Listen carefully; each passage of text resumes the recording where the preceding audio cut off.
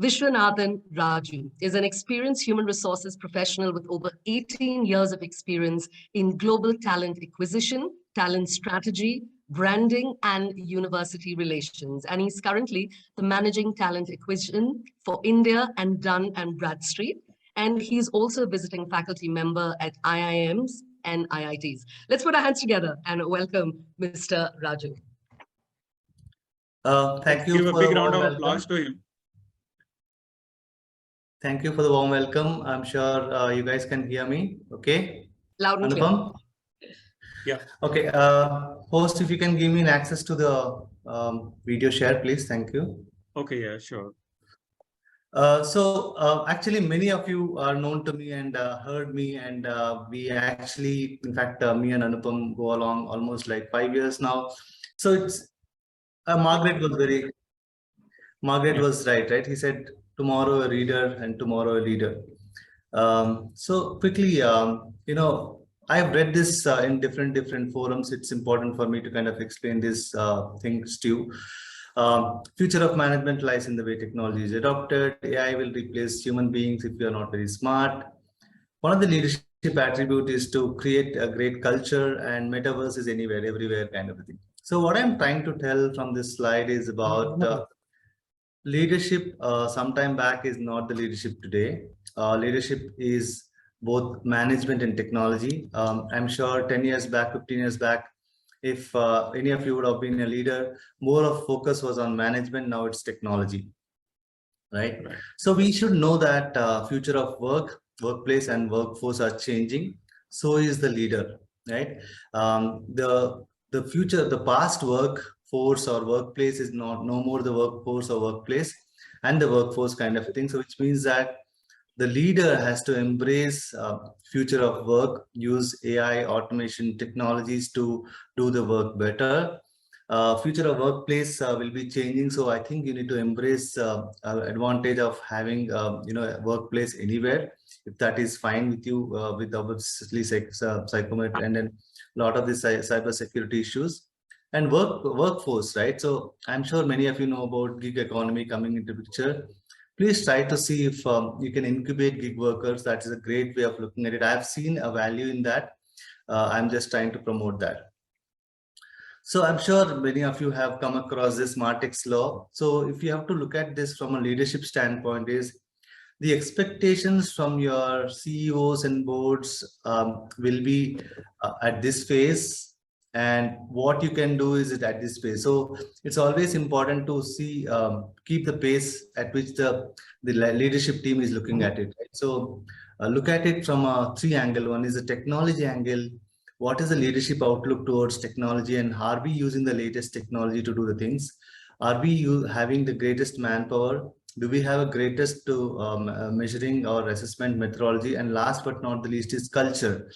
So as a future CEOs of the organizations, I think a couple of you are already playing the CXO roles. I think it's important for you to understand the pulse of both the organization and then the industry, and then strike a balance between both of that. So I would want to talk about culture aspect. I think in some way or the other, you have to have a great innovation kind of outlook, people-centric outlook. If you don't pay people as per their performance, I think you will lose them, and finally building trust and finally purpose. So erstwhile, whenever we heard about vision and values, it was only poster statement. Now many companies are investing time and effort to build purpose, why this organization is existing, what needs to be done, and all of that stuff. I think that is where I would want you guys to focus on. And this is a hierarchy theory that I have created, starting from teamwork to culture, critical thinking to self-management. I would want people to be a design thinker and finally an innovator. So as a CXO, I'm sure much of the time is spent on to deal with people. But I think as an individual, you need to bring value to the table. There are a lot of times the teams will come back and say that, hey, we are stuck here. And you cannot say that I don't know how to solve this. And that's where they look up to you as an innovator. You can be a people manager, you can be design manager, you can be whatever it is in your own roles that you're playing. But I think innovation is what is expected from you, and the design thinking is what comes into picture. Obviously, stakeholder management, decision velocity, all of that is important, but constant innovation in your own work is what is required for you. I would urge you to kind of consider that as an option to consider your next levels of roles.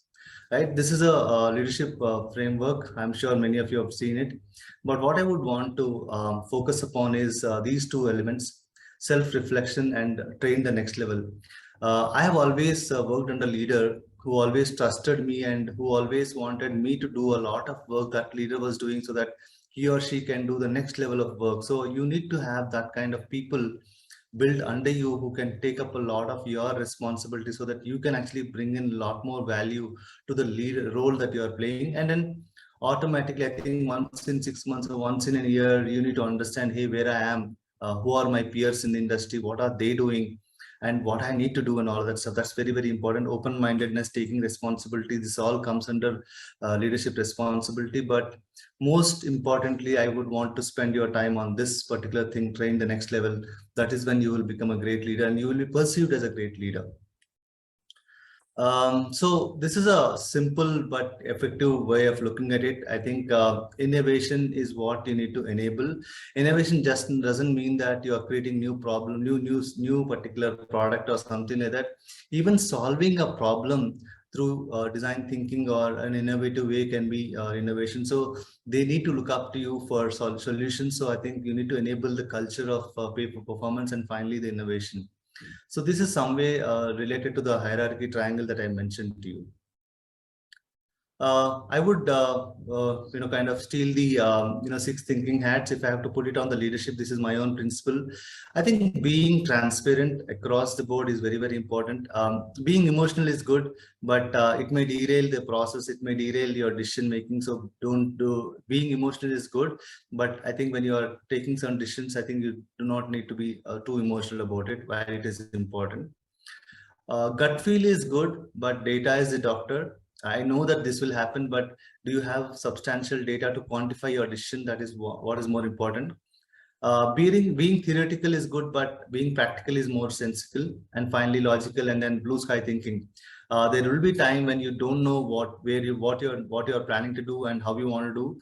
That is when the blue sky thinking really helps. And blue sky thinking coupled with design thinking will really, really get you the solutions that you're looking for. I'm sure many of you have heard about this new buzzword, decision velocity. I don't want to spend too much time. Earlier, it was speed, which was important for taking decision. Now it is more velocity. So yes, you're taking decision on time, but did you ensure that you looked at data, you looked at past information, you looked at prediction, you looked at prescription and all of that stuff. So decision velocity is the key now.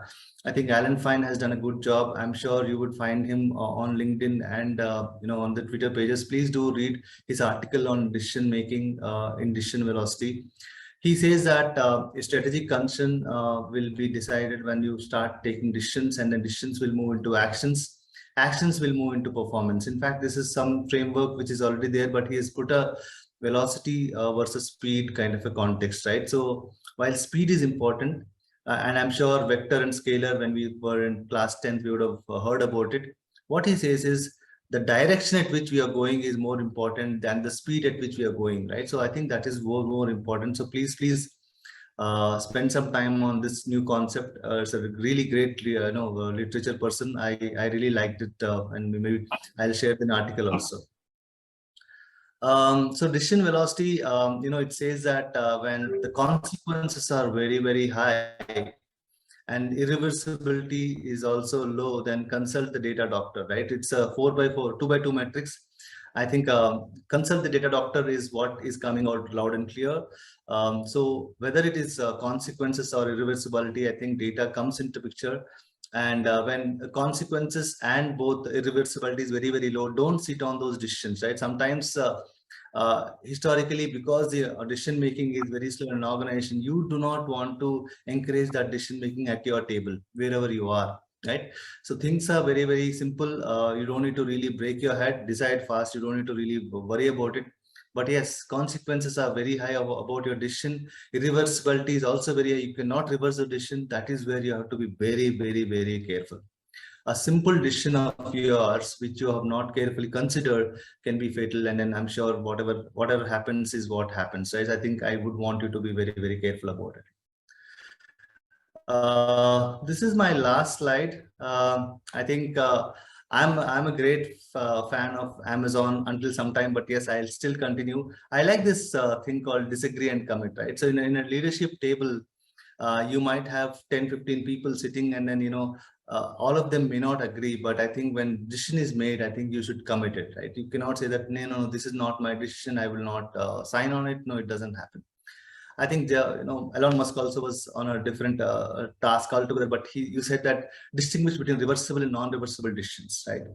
So decisions which do not really make a lot of impact and all that, don't sit on them. And if there are non-reversible decisions, I think you need to spend some time on that, right? Jeff Bezos said that take action even before you don't have complete data, right? Sometimes we sit for data, we wait for data, and all of that stuff. By the time data comes in, our decision making really doesn't impact. So even at 70% of information, if you have, I think you need to make your maturity come into picture, and then I'll make the certain decision that you need to look at. Finally, provide sort of support for entrepreneurs. I think this is what everyone is doing. At least tech product companies do this.